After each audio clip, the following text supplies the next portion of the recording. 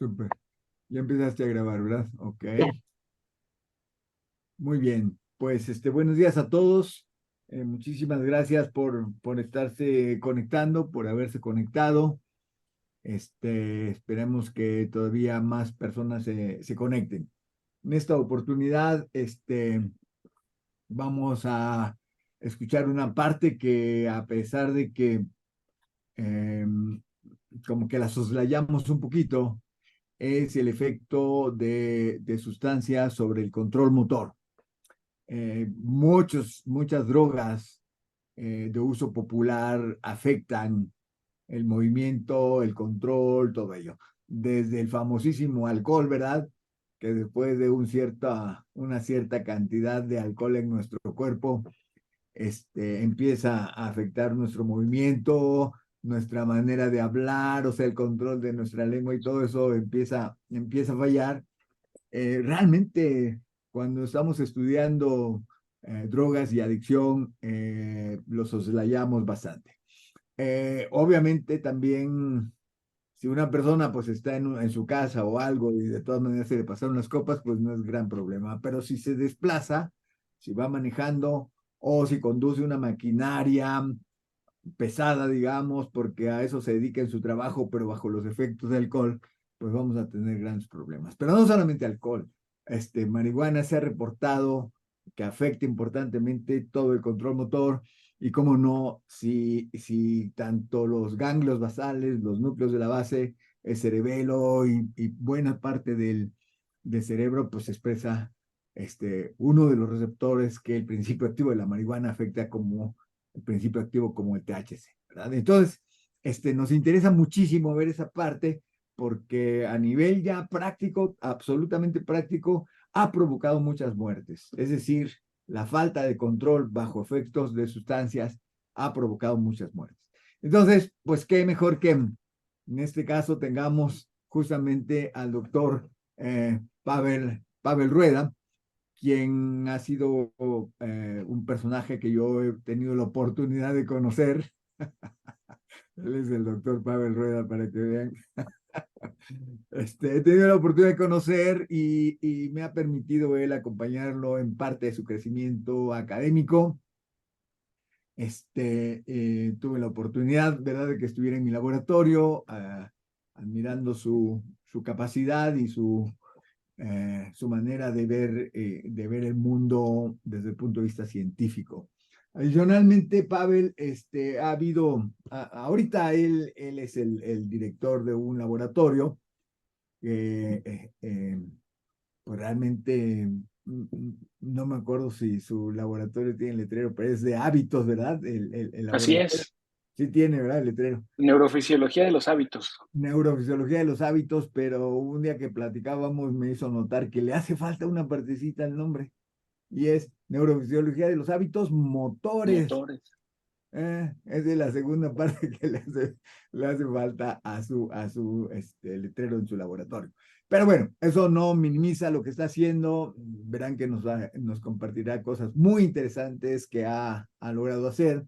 Todo eso, pues, mientras se fue entrenando desde un laboratorio en Estados Unidos, dirigido por el doctor Bushaki, ¿qué es Newark o dónde es Pavel? Bueno, estaba en Newark, ahora ya está en Nueva York, pero antes Nueva York, estaba en pero cuando Rutgers. estuviste allá fue en Newark, ¿verdad?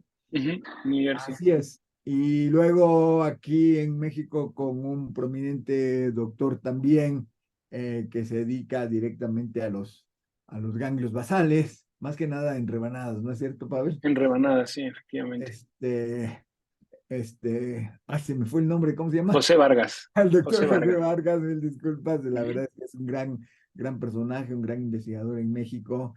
Y después, doctor Pavel migró primero a Barcelona y luego con el mismo grupo se movió a Marsella, colaborando con un investigador también muy prominente y también David muy, Robb.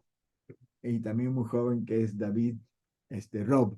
Eh, Robb como la actriz, ¿verdad? La famosa Margot Bueno, Robb. no, bueno, lo pronuncia el Robb, pero ¿Ah, pues sí? Robben le decimos nosotros.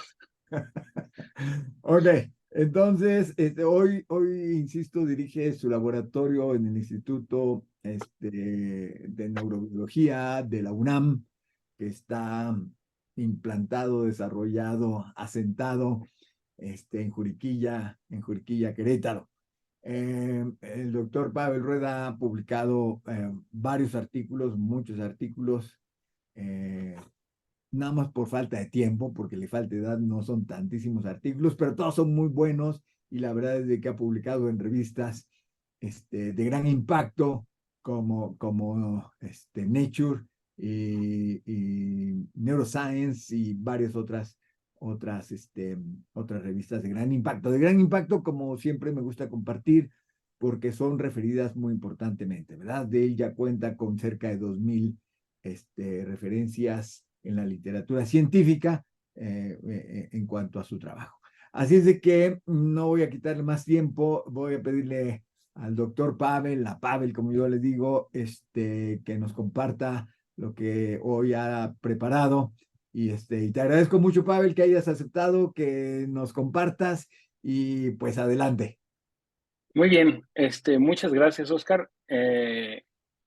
Un, Todavía no publico en Nature, pero algún día lo haremos. En otras Nature sí, pero Nature Nature, todavía no. Nature la central, pero sí Esa has solamente publicado se en la las otras. dejamos a Oscar, que sí ha publicado ahí, pero yo todavía no.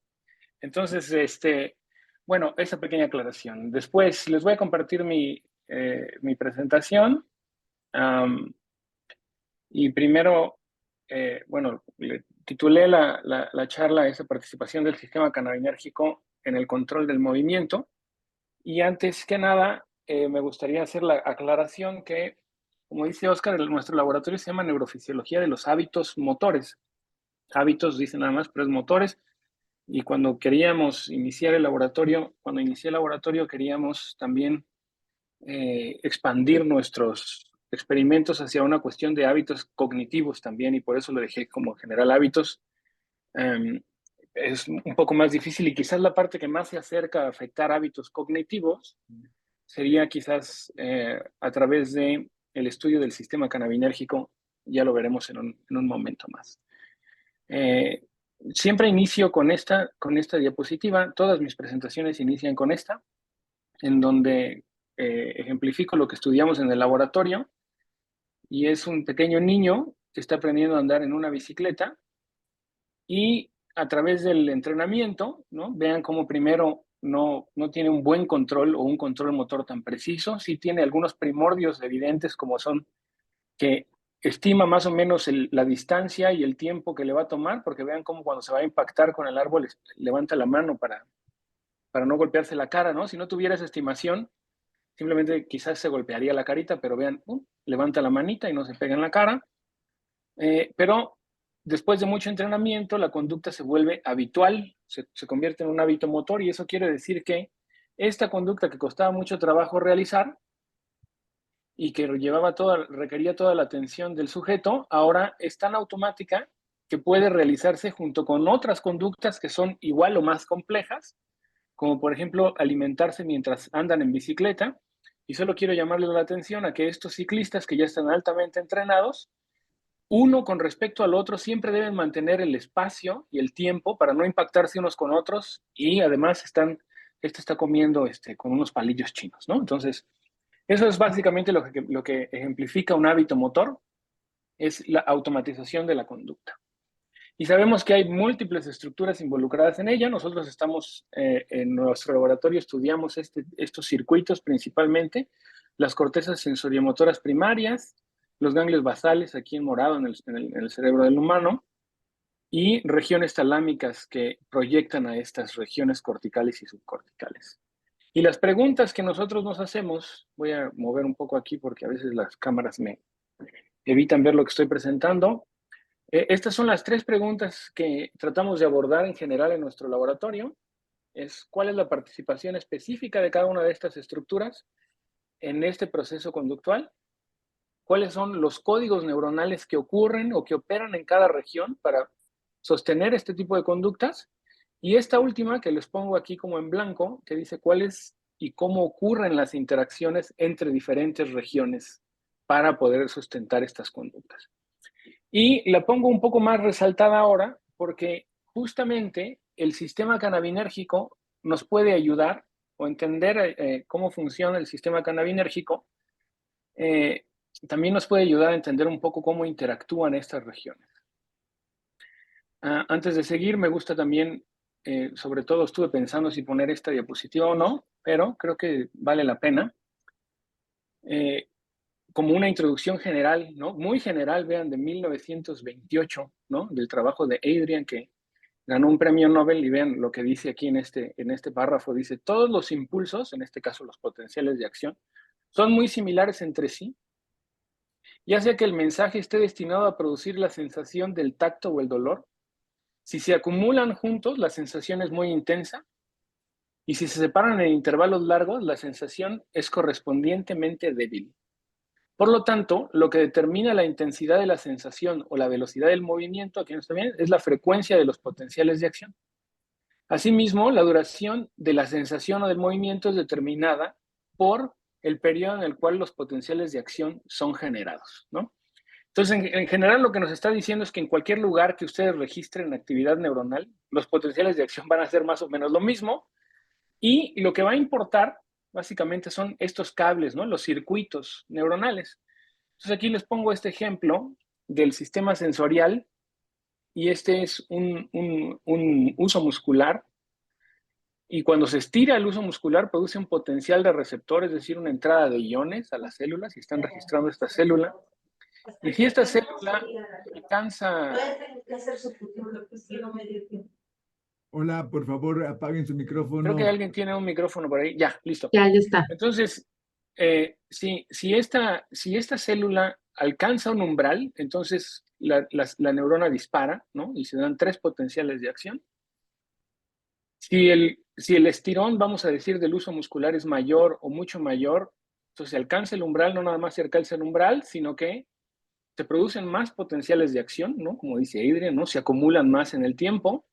¿Y eso en qué resulta? ¿No? La corriente saltatoria, vemos aquí el axón, y eso resulta en que en la terminal sináptica, en el primer ejemplo se liberan, o lo que nos ejemplifican es que se liberan unas cuantas vesículas sinápticas que se comunicarán con la neurona posináptica.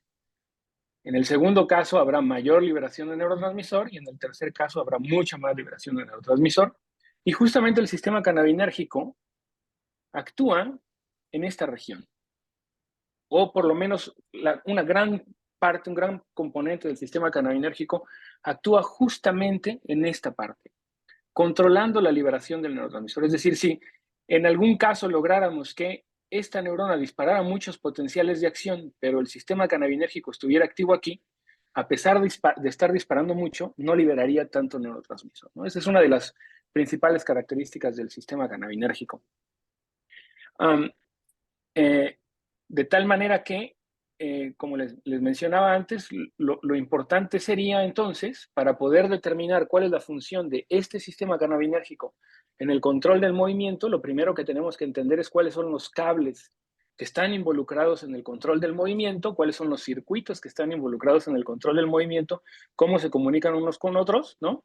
Y después el sistema cannabinérgico estaría modulando la comunicación entre esos circuitos en rasgos grandes, generales, ¿no? Entonces, ¿cuáles son los circuitos con los que nosotros trabajamos? Son el circuito de los ganglios basales, principalmente. Este circuito está compuesto por el principal núcleo de entrada, que se ve aquí, que es el estriado. No sé si ven mi apuntador. Sí, Sí, se se ve ve. muy bien.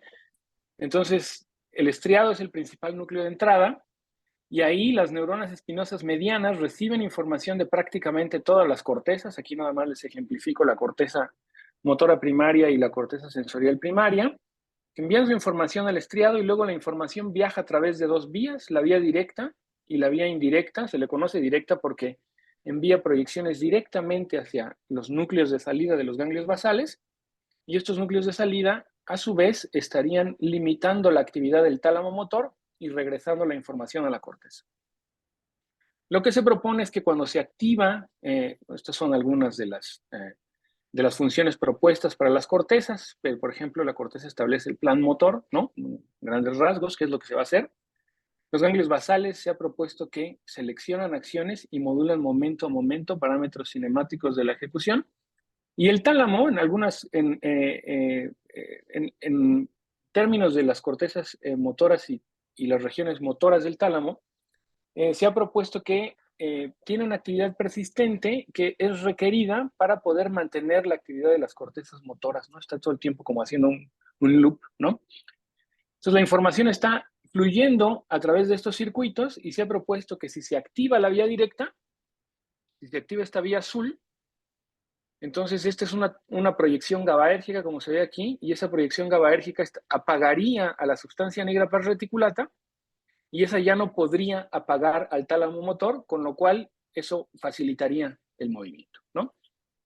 Mientras que si se activa la vía indirecta, el resultado, a través de todos los relevos, si vamos siguiendo todos los relevos, se verá que lo que va a resultar es que se va a activar la sustancia negra reticulata y como resultado se apagaría el tálamo motor y eso produciría una disminución o un detenimiento completo del movimiento, ¿no? Esa es digamos que eso es lo que se conoce como el modelo clásico de la vía directa e indirecta de los ganglios basales. Y ahora, ¿en dónde está el sistema cannabinérgico en este circuito? Entonces, el sistema cannabinérgico se encuentra, esta es una inmunohistoquímica que creo que lo usamos mucho en el laboratorio de Martínez, Marina, y la uso yo para todo, ¿no? Y vean, aquí tenemos, entre más negrito se ve, este es un corte sagital del cerebro de la rata, y lo que estamos viendo, este sería el estriado que corresponde a esta región, ¿no? El globo pálido externo sería esta parte de aquí, el globo pálido interno sería este de aquí, y la sustancia negra pars reticulata, aquí está, y todas estas tienen una alta expresión del receptor a cannabinoides. La más alta expresión del receptor a cannabinoides en el cerebro, en general, se encuentra en la sustancia negra pars reticulata. De ahí, algunos dicen, no, que lo mejor el hipocampo o el cerebelo. Es la sustancia negra pars reticulata, es clarísimo. Y lo que es muy impresionante es que, véase cómo este circuito, el tálamo motor estaría aquí. Y el tálamo motor no tiene nada no tiene expresión de receptor a cannabinoides, ¿no? Entonces, el efecto de los cannabinoides sobre estos circuitos motores va a estar aislado de los efectos sobre el tálamo motor, pero va a estar a través de todos los ganglios basales, ¿no? Va a estar en el estriado, que es el núcleo de entrada, en el pálido externo, en el pálido interno, en la sustancia negra pars reticulata. Hay muy poco o nada, véase, aquí debería estar el núcleo subtalámico, ¿no? Y entonces, pero muy expresado aquí. Y entonces ahora ya el detalle es en dónde se expresa en esta región. ¿Verdad? Les había dicho en la diapositiva anterior que estaría limitando la liberación del neurotransmisor. Bueno, si ustedes administran sistémicamente cannabinoides, lo que sabemos es que el animal se va a enlentecer, ¿no? Entonces, este es un ejemplo clásico de Sañudo Peña en 2000, muestra ante una administración diferencial de delta 9 tetrahidrocannabinol, muestra cómo primero los animales, aquí véanse la actividad, tiene el grupo control, véanse muy interesante cómo a dosis muy bajitas, la activación del sistema cannabinérgico produce una disminución de la actividad y después vuelve a producir actividad, o sea, como que el animal se acelera conforme aumentas la dosis, esto se considerarían dosis bajas, y después empieza nuevamente a producir inmovilidad, de tal manera que produce algo que se conoce como catalepsia. Entonces, el animal simplemente queda completamente incapaz de moverse. Y no se sabe por qué es que el sistema, o bueno, no se tiene muy claro por qué el sistema cannabinérgico, la activación sistémica generalizada del receptor a cannabinoides 1, que estaría afectando a todas estas regiones, estaría produciendo algunas dosis, una inhibición del movimiento, después una activación y luego una inhibición que llega a la catalepsia, ¿no? Entonces, una de las hipótesis que se ha manejado en el campo es que quizás, dependiendo de la proporción o de la cantidad de expresión del receptor en una u otra región, será más sensible a dosis bajas, a dosis altas, y esto quizás, esta expresión diferencial podría explicar por qué algunas veces los animales se mueven más o se mueven menos. Pero lo que sabemos claramente es que cuando ya alcanza una dosis determinada, aquí en este caso 2 miligramos, 2.5 miligramos por kilogramo, empieza a producir inmovilidad y luego produce catalepsia. ¿Ok? Entonces, ¿dónde está jugando el receptor a cannabinoides? Esto quizás ya lo han escuchado varias veces. Esta es una revisión donde Edgar Soria, que presentó hace poquito, ¿no? Es el autor de correspondencia, se llama el dónde importa, ¿no? Cannabinoides, donde se expresa, importa, dice. Entonces, véase cómo en la mayor parte de los casos, el receptor a cannabinoides se encuentra en la terminal presináptica. Es decir, de esta diapositiva aquí, la mayor parte del receptor a cannabinoides se encuentra en las terminales presinápticas. Aquí está, en la región presináptica. Y sabemos que la liberación del sistema endocannabinérgico, es decir, los endocannabinoides, es una liberación a demanda por actividad de la posinapsis. Cuando se activa la posinapsis, entra calcio, eso desencadena algunas cascadas que no se muestran aquí, pero eso libera endocannabinoides que viajan de manera retrógrada, se pegan al receptor a cannabinoides en donde últimamente disminuyen la liberación del neurotransmisor. Entonces, aunque esté llegando el potencial de acción, no podría liberar neurotransmisor. Y en el sistema de los ganglios basales, veas, este es de 1998, muy viejito, pero más o menos se mantiene esto todavía, ¿no? Aquí vemos los distintos núcleos de los ganglios basales, aquí está el estriado, cómo recibe información de las cortezas, y vean aquí dice expresión del CB1, lo ponen como unos puntitos, ¿no? Entonces véase cómo en la corteza, en las terminales que llegan de la corteza al estriado, ahí se expresa en la presinapsis el receptor a cannabinoides. En las colaterales estriatales, ahí se expresa el receptor a cannabinoides. En el globo pálido externo, ahí se expresa el receptor a cannabinoides, pero en la parte presináptica. Y véase cómo el globo pálido externo, esas neuronas del globo pálido externo, si ustedes hacen esta misma imagen, pero para el RNA mensajero, el globo pálido externo está pelón, no tiene expresión de cannabinoides. Entonces el globo pálido externo, sus terminales, no envían o no tienen modulación cannabinérgica. Pero del núcleo subtalámico a la sustancia negra parareticulata, ese es el núcleo de salida que les había mostrado, ahí sí hay receptor a cannabinoides, y de la vía directa hay receptor a cannabinoides. Es decir, en el modelito que les mostré en la figura anterior, vía directa, vía indirecta, donde la vía directa facilita el movimiento, esa vía directa, esas terminales de la vía directa expresan receptor a cannabinoides. Y las terminales de la vía indirecta, que son glutamatérgicas y que harían que se inhibiera el movimiento, esas también expresan receptor a cannabinoides. Entonces estaría modulando ambas, ¿no? Teóricamente, en los núcleos de salida. Ok. Entonces, eso quizás pueda, digamos, esta expresión, ¿no? Generalizada, pueda explicar cómo es que estas administraciones sistémicas producen hiperlocomoción, hipolocomoción y hasta catalepsia, como en la figura anterior que les acabo de mostrar.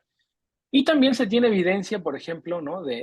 Aquí les pongo un artículo nada más, que si ustedes administran directamente agonistas cannabinérgicos, THC en este caso, en el caudado putamen, o en la sustancia negra reticulata, también se produce catalepsia. Entonces, en general, estaría argumentando que quizás esa disminución del movimiento está muy relacionada con el sistema de los ganglios basales, y no me estoy metiendo en lo absoluto con el cerebelo, que también tiene mucho que ver con el control del movimiento, ¿no? Ok. Entonces, ¿por qué es importante esto? Entonces, aquí está la referencia de YouTube, es la página de un paciente parkinsoniano, la página se llama Ride with Ryan, y entonces es un paciente que utiliza, ¿no? Este es solamente un par de referencias que pueden revisar del potencial terapéutico que tiene la administración de cannabinoides. Por una parte, está que se ha propuesto que los cannabinoides pueden ayudar en sí a detener la enfermedad, ya que se expresan en la mitocondria, ¿no? Y eso, hay alguna evidencia que sugiere que el transcurso de la enfermedad de Parkinson tiene que ver con las mitocondrias que se afectan de alguna manera y terminan matando a las células dopaminérgicas. Entonces es una parte, ¿no? que se explora bastante. Y la otra parte, por esta expresión en los circuitos como tal, podría sugerir que quizás el efecto agudo de la administración de cannabinoides puede ayudar a mejorar la sintomatología. Entonces les voy a poner un video muy rápido de un paciente parkinsoniano, Ryan, que le pide a un amigo que le dé cannabinoides y vean qué efectos sobre el control y el movimiento. No sé si escuchan el video, no creo que se escuche, ¿verdad? No. Perfecto. Está bien, nada más con que lo veamos, ¿no? Yo se los explico. Y entonces le va a pedir a su amigo que le dé los cannabinoides, ¿no? Ahorita no está bajo los efectos todavía. Ahorita no está bajo los efectos. En este momento está, y le está diciendo, de hecho, que tuvo una semana muy difícil, le dicen. Una Ajá. semana muy difícil porque se cansan mucho de estar todo el tiempo con esta falta de control motor, ¿no? Y aquí le va a proporcionar los cannabinoides y le dice que se lo ponga debajo de la lengua, ¿no? Entonces, véanse cómo.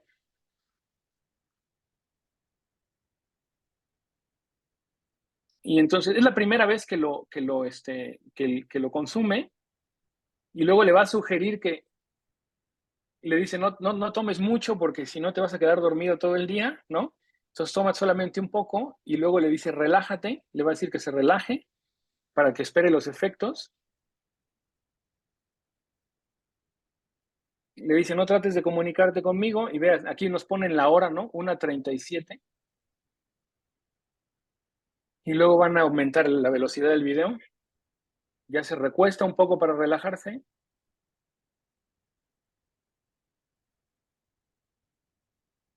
2 minutos después ya está completamente relajado. 3 minutos después ya hasta levanta la manita, ¿no? 4 minutos ya está completamente relajado, ¿no? Y en un momento más, vean, ya le dice, yo creo que te calmaste. Y le dice, tan rápido y ya sus manos ya no tiemblan. Después nos dice que pues es una única dosis, ¿no? Que lo relaja por completo, ¿no? Y se debe decir que esto no es que funcione así para todos los pacientes, o sea, no funciona así en todos. Pero este es uno de los ejemplos más claros por qué produce, es decir, tiene un potencial terapéutico importante, pero todavía no ha llegado a explotarse de la manera adecuada, porque además de producir estos efectos motores, pues también produce otros efectos que pueden ser no deseables, ¿no? Como los efectos cognitivos, es decir, algunos pacientes en algunos reportes muestran que sí, que el paciente deja de temblar o se siente más relajado porque tiene mucha rigidez muscular y eso les ayuda a disminuir la rigidez, eh, pero pues no se siente cómodo de sentirse, pues ahora sí que como dicen, high, ¿no? No le gusta sentirse así. Entonces, una cuestión importante sería determinar específicamente en qué parte de los circuitos cerebrales, o quizás ni siquiera son los circuitos cerebrales, sino quizás es un efecto a nivel del sistema nervioso periférico, no lo sabemos todavía, lo que está produciendo los efectos potencialmente terapéuticos del sistema cannabinérgico para atacar la sintomatología motora de un padecimiento como este, ¿no? Entonces sería relevante encontrar eso, ¿no? Y eso es algo un poco de lo que tratamos de revisar en el laboratorio. Entonces, uno de los principales problemas con los que nos enfrentamos, y cualquier duda que tengan, comentario, etcétera, pueden simplemente abrir el micrófono, ¿no? Y me preguntan. Bueno, uno de los principales efectos que no son deseables, ¿no? Con la administración sistémica de cannabinoides son los efectos cognitivos, ¿no? Es decir, A si, ver, uh-huh, en el paciente que acabas de mostrar, dices, no, la gente no le gusta sentirse high, es decir, uh-huh, tiene el efecto terapéutico motor, pero no quiere sentirse arriba, ¿verdad? sí, uh-huh. Entonces, ¿sabemos si en este paciente sí llegó a afectarle de esa manera, de sentirse high? Este paciente, de hecho, quiere seguir. De hecho, este paciente tiene, de hecho, tiene su página y todo porque está tratando de que en su estado, ya ven que en Estados Unidos, en algunos estados es legal y en otros no, ¿no? Entonces, está tratando de que en su estado sea legal, para uso medicinal, porque dice que le molesta que no pueda, o sea, que a él le hace tanto bien este fármaco y no puede utilizarlo legalmente, ¿no? Entonces tiene que andarse escondiendo. Entonces, en el caso de este paciente no reporta ese problema, pero en otros sí. Y luego hay otros, como les decía, hay otros estudios, ¿no? En donde se muestra que cuando ya se hace un estudio un poco más, vamos a decir, serio, ¿no? Ya más controlado, pues una gran cantidad de pacientes, quizás la mayoría, no experimenta efectos motores, terapéuticos, motores tan claros como este paciente, ¿no? Y ese es el problema. Entonces, justamente el meollo del asunto es que primero tenemos que entender muy bien cómo funciona la sintomatología motora de la enfermedad, cómo funciona el sistema cannabinérgico para ver si se puede usar en algunos casos particulares, ¿no? Ok, entonces uno de esos efectos es los efectos cognitivos, ¿no? Y aquí nada más les muestro un pequeño ejemplo utilizando los famosos potenciales evocados, que son un marcador vamos a decir, de procesamiento cognitivo, ¿no? Específicamente el P300. Si se administran agonistas endógenos, es decir, endocannabinoides como anandamida y oleamida, y aquí vemos, ¿no? El control se debería ver como dice el vehículo en el trazo negro, ¿no? Sube y luego después baja y luego sube otra vez. Y este sería el P300 a los 300 milisegundos, ¿no? Es un tipo de procesamiento que se ve en la actividad de campo registrada, digamos, esto es en ratas y se ve registrada, digamos, en el cráneo del animal. Pero si ustedes hacen registros directamente en cortezas auditivas o cortezas somatosensoriales, digamos que estas ondas corresponden a actividades de grupos neuronales, ¿no? Que se activan en algún momento, quizás lo vamos a ver más hacia el final de la presentación. Y cuando se administran cannabinoides, véase cómo se inhibe por completo este potencial a 300 milisegundos, ¿no? Y cuando nosotros vimos que tratamos de ligar estos efectos, vamos a decir, electrofisiológicos a nivel de una red grande, ¿no? Poco inespecífica por esos registros extracelulares, no extracelulares, sino electrocorticales, pudimos ver que tanto la administración de anandamida como de oleamida afectaban la manera de resolver un laberinto independientemente de la fase del ciclo en donde se ejecuta, ¿no? Entonces vamos a decir que los animales pueden resolver esta tarea. Esto es un laberinto, lo estamos viendo desde arriba. Las ratas se les pone aquí en medio y tienen que encontrar la salida que está representada por este puntito negro. Entonces pueden hacer esto que le llamamos una trayectoria espacial, una trayectoria serial que exploran todo el ambiente hasta encontrar el agujerito, o una trayectoria aleatoria, que es cuando no saben, ¿no? O sea, no saben dónde están desorientados, ¿no? Van para allá.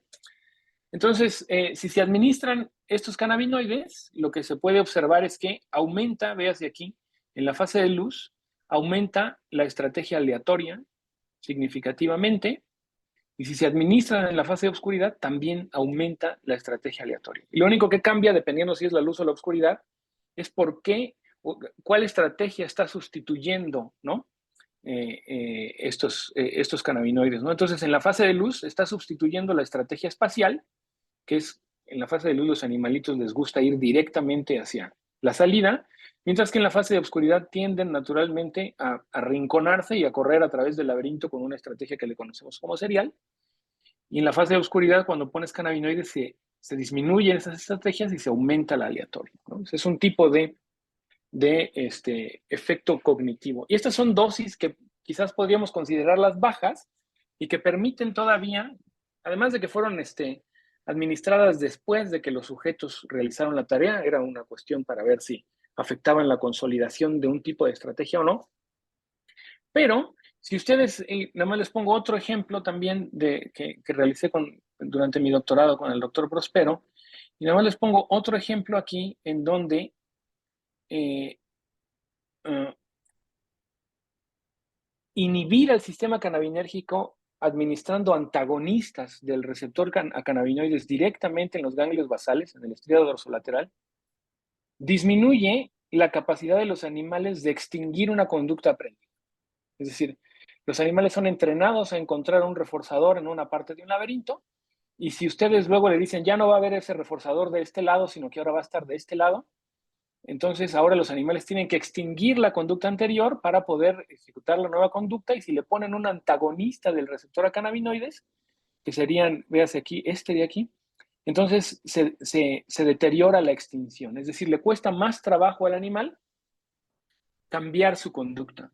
Y la otra parte que me interesa mostrarles aquí es que a estas dosis, si ustedes le ponen un agonista cannabinérgico, como este que dice aquí anandamida, ¿no? Que no le impide extinguir, véase cómo en este caso, cuando se le ponía anandamida, a esta dosis le aumentaba un poquito la velocidad, no significativamente, ¿no? Pero en estas dosis bajitas, vamos a decir, no afecta la velocidad de cómo los animalitos se mueven en el medio ambiente, ¿no? Entonces esto ya sugiere que quizás, ¿no? Jugando quizás con la dosis, quizás con el sitio de inyección, se pueda aislar el componente cognitivo del efecto motor. Esa es una de las primeras, de las primeras preguntas que tenemos, ¿no? Entonces, ¿cómo determinar la participación del sistema cannabinérgico en los componentes cognitivos y motores de la conducta? Esa es nuestra pregunta. En general, ¿no? Lo que estamos haciendo en el laboratorio con respecto a cannabinoides. Y para eso utilizamos una estrategia, esta es nuestra estrategia experimental ahora. Hacemos tareas ad hoc para roedores, ¿no? Eso es una cosa que es importante. Dependiendo del componente que queremos estudiar, normalmente diseñamos una tarea ad hoc, ¿no? Uno de los problemas que veíamos con este tipo de estrategias, por ejemplo, con el uso de laberintos, es que, por ejemplo, son pocos ensayos, ¿no? Lo cual genera un montón de variabilidad y se requieren mucho más sujetos para tener conclusiones sólidas. En cambio, con las estrategias que estamos utilizando ahora, vamos a verlo en un momento, lo que hacemos es tratar de tener muchos más ensayos en una conducta particular, y eso pensamos que se asemeja un poco más a lo que ocurre en la vida cotidiana con los humanos, que cuando realizamos una conducta, como lo vimos en el video anterior, en el primer video que les mostré de los niñitos, del niñito que aprende a andar en bicicleta, al final son conductas que están altamente estereotipadas, ¿no? Utilizamos estrategias anatómicas basadas en virus o basadas simplemente en trazadores anterógrados y retrógrados para determinar los circuitos que están implicados en conductas particulares. Utilizamos manipulaciones farmacológicas, aquí ven una ratita con una canulita, ¿no? O manipulaciones optogenéticas, una ratita con una fibra óptica, ¿no? Y le prendes una luz, lo veremos un poco más adelante. Y utilizamos muchos registros electrofisiológicos para ver qué es lo que está ocurriendo con la actividad de las neuronas mientras los sujetos están realizando las tareas o en algunas otras condiciones como en animales anestesiados, ¿no? Entonces, como ya más o menos les había estado sugiriendo, nuestro estudio se basa, nuestros estudios se basan en entender los ganglios basales principalmente, y tienen una característica muy interesante, sobre todo para el control motor, o sea, como que parecía que todo estaba puesto, ¿no? La mesa estaba puesta, ya que la región de los ganglios basales que más se encarga del control motor y de la optimización y automatización de las conductas es la región que se conoce como la región sensoriomotora. En humanos, esto se conoce como el putamen, y en roedores le conocemos como el estriado dorsolateral.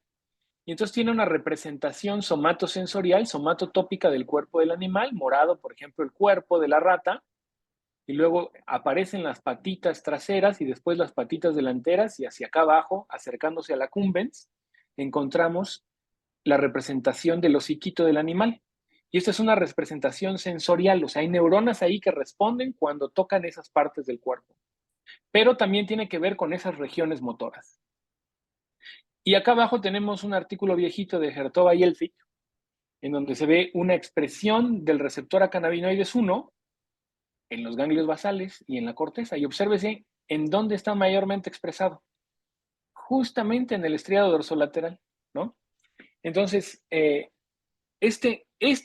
la región sensoriomotora es donde hay la mayor cantidad de expresión del receptor a cannabinoides en el estriado.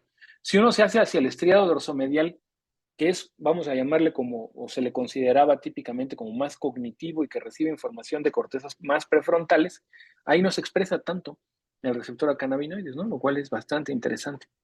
Ahora, en esta misma región, como les había dicho que es motora, si ustedes ponen a una ratita a correr en una caminadora y registran la actividad de las neuronas aquí, van a encontrar, estos son 3 neuronas, cada fila es una neurona representativa, pero les voy a pedir nada más, estos son raster plots, les voy a pedir que se fijen en estas gráficas. Son gráficas de correlación en donde en el eje de las X tenemos la velocidad, en este caso, la posición del animal. Aquí es 20 sería la parte anterior de la caminadora y 80 la parte posterior de la caminadora, o tiempo. Y si ustedes registran neuronas ahí, la frecuencia de disparo está siempre en el eje de las Y, vemos que hay neuronas que están linealmente correlacionadas con la velocidad de desplazamiento del animal, linealmente correlacionadas con la posición del animal en esta caminadora. Cuando el animal está acá atrás, dispara mucho, y cuando el animal se acerca a la parte frontal, la neurona dispara poco. O neuronas que cuando el animal empieza a correr aumentan su frecuencia de disparo y luego disminuyen monotónicamente. Entonces, aquí en esta región se está codificando información relevante para la ejecución del movimiento, ¿no? Para cuando un animalito está corriendo ahí, ¿no? Y es justamente esta región que está llena de receptores a cannabinoides. Entonces, nosotros nos preguntamos qué papel tienen ahí los cannabinoides. Entonces, lo primero que hicimos, les explico muy rápidamente la tarea. Esa tarea donde se ven estas representaciones neuronales en el estriado. Es una tarea que le conocemos como la tarea de estimación espacio-temporal. El sujeto debe tener una representación del espacio, de dónde se está desplazando, tiene que tener una representación del tiempo y de la velocidad a la que va a correr. ¿Por qué? Porque su tarea es esperar por lo menos cuando la caminadora se empieza a mover en esta dirección, el animal tiene que evitar la parte frontal de la caminadora por al menos 7 segundos. Y después de esos 7 segundos tiene que acelerar y llegar a la parte frontal de la caminadora. O sea, hace una secuencia, al final cuando están muy bien entrenados, hace una secuencia de movimientos, que es la que se ve aquí, se deja llevar hacia la parte posterior de la caminadora, se espera en la parte posterior algunos momentos y luego regresa. Esa conducta se puede graficar en estas trayectorias, ¿no? Aquí estaría la parte frontal de la caminadora, el animal se deja llevar hacia la parte posterior, se espera en la parte posterior, esa es la fase 2, y en la fase 3 acelera. Este es un ensayo como el que estamos viendo aquí arriba. Si nosotros acumulamos muchos ensayos, el animal siempre hace lo mismo ya cuando es un hábito motor, y un ensayo tras otro se sobrelapan y se ve algo como lo que está aquí. Entonces, en esta tarea el animal requiere estimar el tiempo para que no pasen 7 segundos, porque si no han pasado los 7 segundos se le da un castigo, va a escuchar un estímulo auditivo y va a seguir corriendo por al menos 20 segundos sin reforzador.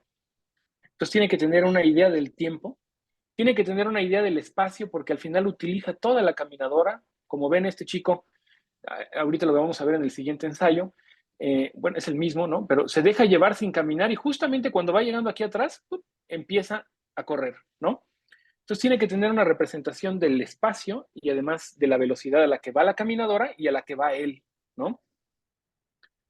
Entonces, ¿qué pasa si nosotros entrenamos mucho a estos sujetos? Aquí vemos, esta es la duración de la secuencia de movimientos. El objetivo es que haga 7 segundos y obsérvese la curva de aprendizaje de estos animales. Entonces, aquí tenemos 50 sesiones. Esta línea roja representa las secuencias que duran más de 7 segundos y este es un grupo de animales y vean cómo le toma al grupo de animales más o menos 20 o 30 sesiones poder ejecutar ya la tarea de manera correcta, arriba de 7 segundos, ¿no? Y después sobreentrenamos a los animales por mucho tiempo y véase, en esta gráfica tenemos alrededor de 8,000 ensayos por animal, más o menos. Entonces, en este momento ya está súper entrenado y ya es un hábito motor completamente estereotipado, ¿no? Entonces, ¿qué pasa si metemos cannabinoides ahí? Entonces, véase, aquí tomamos, les estoy representando 800 ensayos, cada puntito es un ensayo. Aquí está la duración de la secuencia en 7 segundos. Y véase cómo ya cuando está muy bien entrenado tiene muchos ensayos, ¿no? Que están por encima de los 7 segundos, otros muy por arriba y algunos por debajo, pero tiene poquitos muy por debajo y muy por arriba. Es decir, como que está siempre alrededor de los 7 segundos, ¿ok?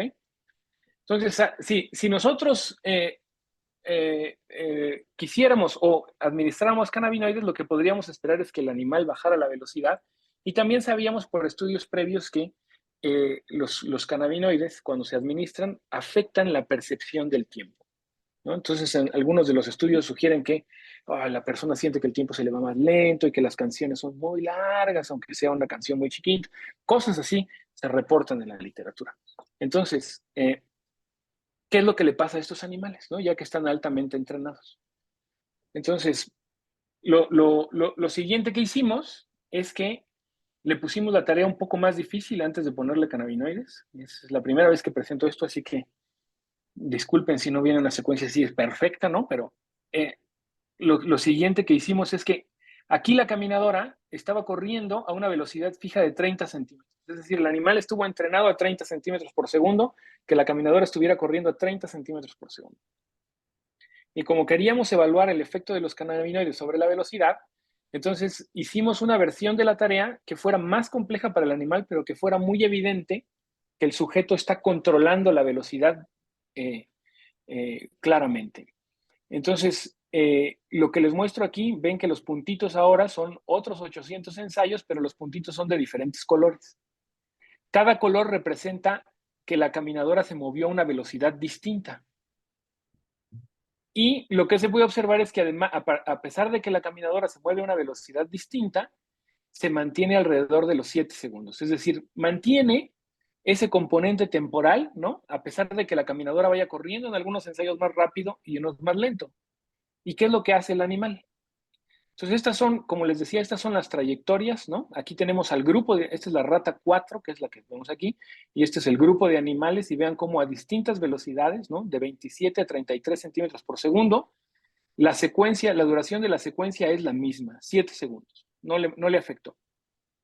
Y el componente espacial, es decir, dejarse llevar por la caminadora hacia la parte posterior y luego regresar, ¿no? Este es el promedio de esas trayectorias que se ven aquí para las distintas velocidades, es igual, es decir, el animal está manteniendo el componente espacio-temporal de la tarea, y para mantener el componente espacio-temporal, cuando la caminadora va más lento, el animal disminuye su velocidad.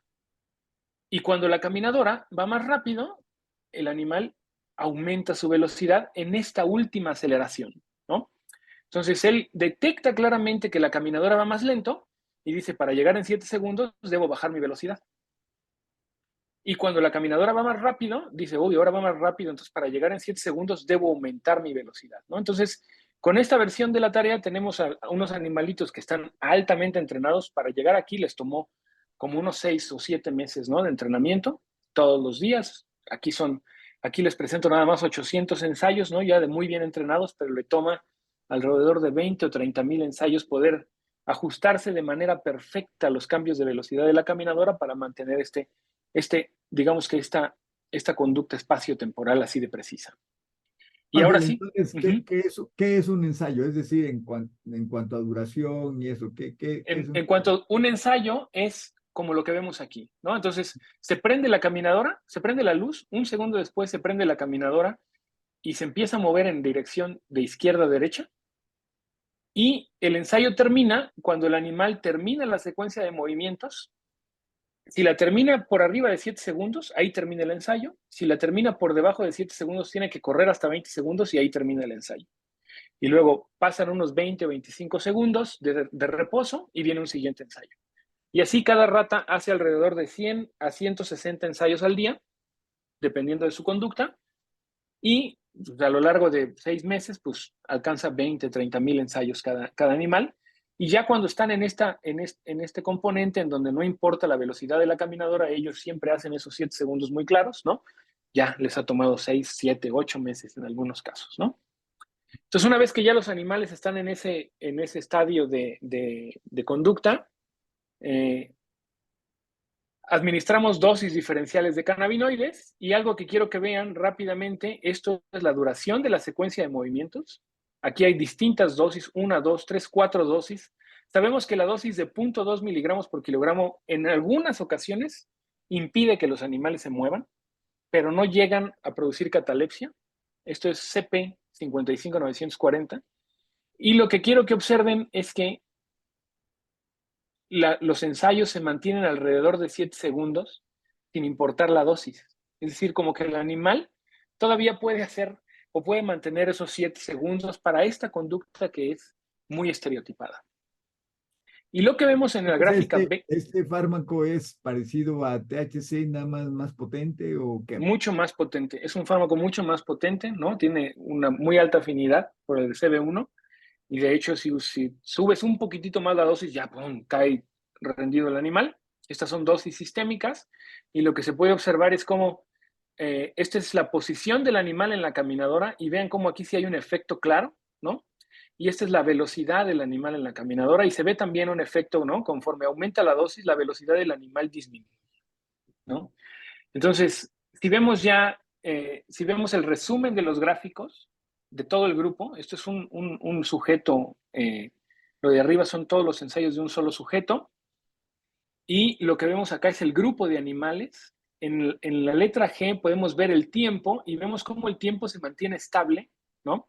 En todas las velocidades a las que el animal corrió, pero la posición del animal cambia y la velocidad también. Entre mayor es la velocidad, entre mayor es la dosis de cannabinoides, más lento va el animal en todas las velocidades, es decir, su velocidad general disminuye. Y aquí ya tenemos el efecto motor de disminución de la velocidad, pero lo que es muy interesante es que cómo es que si el animal está disminuyendo su velocidad, puede realizar la secuencia de movimientos en 7 segundos, ¿no? Y la respuesta está justamente en esta gráfica que es la posición. Entonces observen, lo que vemos aquí es la posición de los animales en el grupo control para todas las velocidades y vean cómo todas se sobrelapan unas con otras. Mientras que en la dosis más alta, la posición control está aquí y la de las dosis de cannabinoides son estas acá abajo. Y vean cómo ahora el animal llega a la parte posterior de la caminadora y ya no se espera ahí atrás, sino que se regresa de inmediato porque entiende que es más lento. Entonces, como él entiende que el animal es más, que ya está siendo más lento y que no puede correr rápido, dice, pues no me voy a esperar atrás tanto tiempo porque si no voy a llegar muy tarde. Entonces simplemente llega a la parte posterior de la caminadora y se regresa lentamente y eso logra que mantenga el componente temporal de la ejecución, ¿no? Entonces lo que estamos probando con este experimento es que cuando una conducta está altamente estereotipada, que siempre lleva un componente temporal en el control motor, los cannabinoides no afectan el componente temporal, porque el animal entiende que tiene que hacer 7 segundos y por eso está ajustando su posición para poder compensar la disminución de velocidad que tiene, ¿no? Entonces, con esta tarea ya podemos, ¿no? En este contexto, la administración sistémica de cannabinoides produce efectos motores, que es un efecto en la disminución de la velocidad, y estos pueden ser independientes a este componente cognitivo que es, vamos a decir, el timing de la ejecución, ¿no? Pavel, Entonces, Pavel, perdón que no, uh-huh, pero es que esa parte está sensacional y sí me gustaría que elaboraras un poquito más como para que lo entendamos un poquito mejor. Es decir, uh-huh, entonces, es esta administración que es sistémica de un fármaco que es parecido a THC, nada más mucho más potente, bueno, uh-huh, no nada más, ¿verdad? Sino que aquí lo que vemos es que, por decirlo así, estoy tal vez antropomorfizando mucho, pero es que la rata dice, uy, estoy bien lenta, ¿no? Y necesito hacer la tarea, ¿verdad? Entonces, uh-huh, digamos que genera una nueva estrategia que es, ya no me espero, sino exactamente. que me adelanto. Pero entonces todo su aparato cognitivo de autopercepción de su conducta, no está afectado. Exacto. Bueno, entonces, nos hizo preguntarnos, ¿no? Eso nos hizo preguntarnos justamente eso que comentas. O sea, parecería ser que entonces su aparato cognitivo de percibir que el tiempo digamos, no está siendo afectado. Pero hay que recordar que en esta tarea la conducta está altamente estereotipada, es decir, es un hábito motor, ya no requiere básicamente, ¿no? O sea, el componente del timing de la ejecución está embebido, ¿no? De alguna manera en la ejecución de la secuencia misma. Ahora, por esa misma pregunta, hicimos otros experimentos que no les presento aquí porque les quiero presentar otra cosa. Hicimos otros experimentos en donde hicimos una tarea clásica de evaluación de intervalos temporales, ¿no? Esta es una tarea que le llamamos de timing motor porque el intervalo de tiempo está embebido en la secuencia de movimientos. Pero hay otras tareas en donde la estimación del intervalo de tiempo puede ser independiente al control motor. Entonces hay algunas que le llaman la tarea de intervalo pico, etc. Entonces, aplicando estas mismas dosis en esas tareas, sí se ve claramente que la percepción del tiempo está afectada. Entonces, lo que nos hace separar esto, lo que nos ayuda esta administración, es a separar muy claramente durante la ejecución de una conducta. Hay una parte de ejecución motora que tiene una implicación de timing, ¿no? Para un timing motor, que le llamamos en la literatura del timing, esto se llama timing motor, los cannabinoides no afectan el timing motor, pero sí afectan la percepción de los intervalos de tiempo. No afectan el timing motor, pero sí afectan la velocidad, ¿no? Entonces la pregunta es, ¿dónde está qué? ¿No? ¿En dónde está para la estimación de intervalos general? ¿Qué estructuras se requieren? Se ha propuesto que están implicadas el hipocampo, que está implicado el cerebelo, que está implicado la corteza motora, que están implicados los ganglios basales. Para el control de la velocidad, ¿qué estructuras se ha propuesto que están involucradas? ¿No? Entonces, esa es la siguiente parte en la que nos estamos enfocando, ¿no? Entonces, esta parte nos muestra claramente que utilizando la conducta adecuada puedes separar, ¿no? De alguna manera, componentes muy independientes de la conducta y algunos se ven afectados por el sistema cannabinérgico y otros no. Entonces aquí ya podemos enfocarnos específicamente en la velocidad, por ejemplo. ¿Ok? Entonces, como les había dicho, ya para meternos, ¿no? Y me voy a ir un poco más rápido porque creí que tengo como 40 diapositivas más, pero creo que me voy a detener en el siguiente experimento. Entonces, como les había dicho, ¿no? Esta es una administración sistémica que afecta todo y también les había dicho que el sistema cannabinérgico está afectando principalmente, o la mayor expresión del CB1 está en la sustancia negra reticulata, en donde la liberación del neurotransmisor desde la postsinapsis afectaría y disminuiría la liberación en la vía indirecta, que es la glutamatérgica, pero también la liberación de GABA de la vía directa. Entonces no sabemos quién es el responsable del efecto motor que estamos viendo, ¿no? Puede ser la vía directa o puede ser la vía indirecta. Entonces, ya había mostrado en un trabajo previo, el grupo de David mostró que es muy importante el receptor a cannabinoides 1 para producir un tipo de actividad generalizada que se conocen como espigas de alto voltaje, ¿no? Las high voltage spindles, que cuando se administran cannabinoides se ve como una oscilación marcada de estas, con esta forma que se conocen como high voltage spindles, y coincide cuando el animal se queda así como quietecito, ¿no? Pues el animal se puede estar moviendo y cuando se queda quieto aparecen estas high voltage spindles y pudiera ser que fueran las responsables de estos episodios de alto enlentecimiento que ocurre con la administración de cannabinoides. Entonces nosotros decidimos explorar, ¿no? ¿Qué efecto tiene el flujo de la información a través de estos circuitos, específicamente en la sustancia negra reticulata, sobre el control motor?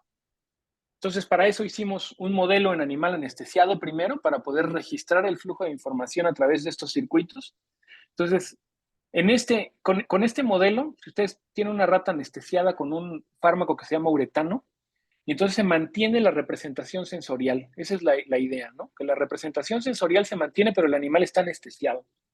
Entonces se puede registrar la corteza sensorial y hay respuestas muy bonitas. Y lo que nosotros exploramos fue la representación sensorial, como les había dicho, en los ganglios basales y específicamente en la sustancia negra reticulata, que es la salida de los ganglios basales. Y aquí nada más para hacer, aquí hay un montón de neuronas registradas simultáneamente y este es el promedio de la actividad de todas estas neuronas cuando se le estimula la pata contralateral al sitio de registro, ¿no? Y aquí en este código de color, lo que es amarillo es que las neuronas se activan y lo que es azul es que las neuronas se inhiben. Entonces aquí tenemos 5 estímulos somáticos en la pata contralateral al sitio de registro y podemos ver el promedio de la actividad neuronal de todas estas neuronas. Entonces, como pueden ver, hay neuronas que se activan y neuronas que se apagan. Si promediamos solamente las neuronas que se apagan, se ve como esto que está azul, ¿no? Y son varios apagones cada vez que le damos un estímulo.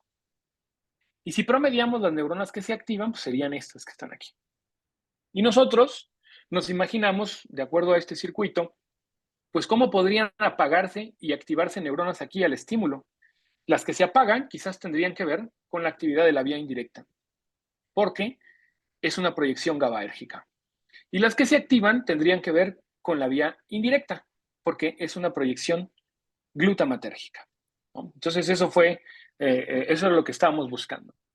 Si nosotros administramos cannabinoides sistémicos, como los que acabamos de ver hace un momento, esta es una dosis todavía más alta, ya estaban anestesiados, entonces ya no veíamos si se caía el animal o no. Y véanse, aquí claramente vemos que con la administración de cannabinoides, las neuronas que se activan se mantienen. Es decir, como que hay un componente de la respuesta que se mantiene, el componente excitador, vamos a decirle, potencialmente que viene de la vía indirecta, y hay un componente inhibidor que sí se pierde, claramente, que tendría que ser el de la vía directa. Entonces, para probar eso, utilizamos ratas transgénicas que expresaran, para poder hacerles expresar la canal rodopsina, channel rhodopsin 2, para estimulación optogenética únicamente en las neuronas de la vía directa o en las neuronas de la vía indirecta. Y voy a hacer ese cuento largo, son experimentos muy largos de Ana Silvia, lo voy a hacer corto, ¿no? Y entonces aquí tenemos qué pasa cuando estimulamos optogenéticamente la vía indirecta, se ven las respuestas muy claras, y cuando estimulamos la vía indirecta, optogenéticamente. Teníamos algo muy similar a lo que veíamos con la estimulación de las patas. Y cuando ponemos cannabinoides en esa preparación, lo que pudimos observar es que las respuestas relacionadas con la vía indirecta, con la estimulación no cambiaron. Es decir, no hubo efectos. Por alguna razón, el receptor a cannabinoides que se encuentra en las terminales de la vía indirecta del núcleo subtalámico no estaba o no generó la disminución de la liberación del neurotransmisor. La verdad es que esto no nada más lo reportamos nosotros, también ese mismo año se reportó otro artículo muy similar, ¿no?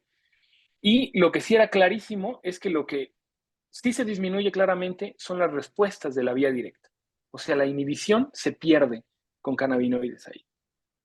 Y eso teóricamente podría generar, esa inhibición podría generar un aumento en la liberación de GABA en el tálamo motor y por lo tanto una disminución del movimiento o una disminución de la velocidad. Entonces, para comprobar eso, Pavel, ¿eh? a final de cuentas, este experimento nos muestra que si en algo está interfiriendo los cannabinoides, digamos, o pensando más bien en los endocannabinoides, lo que están regulando en un momento dado es la proyección de los núcleos de salida de los núcleos de la base hacia el tálamo motor.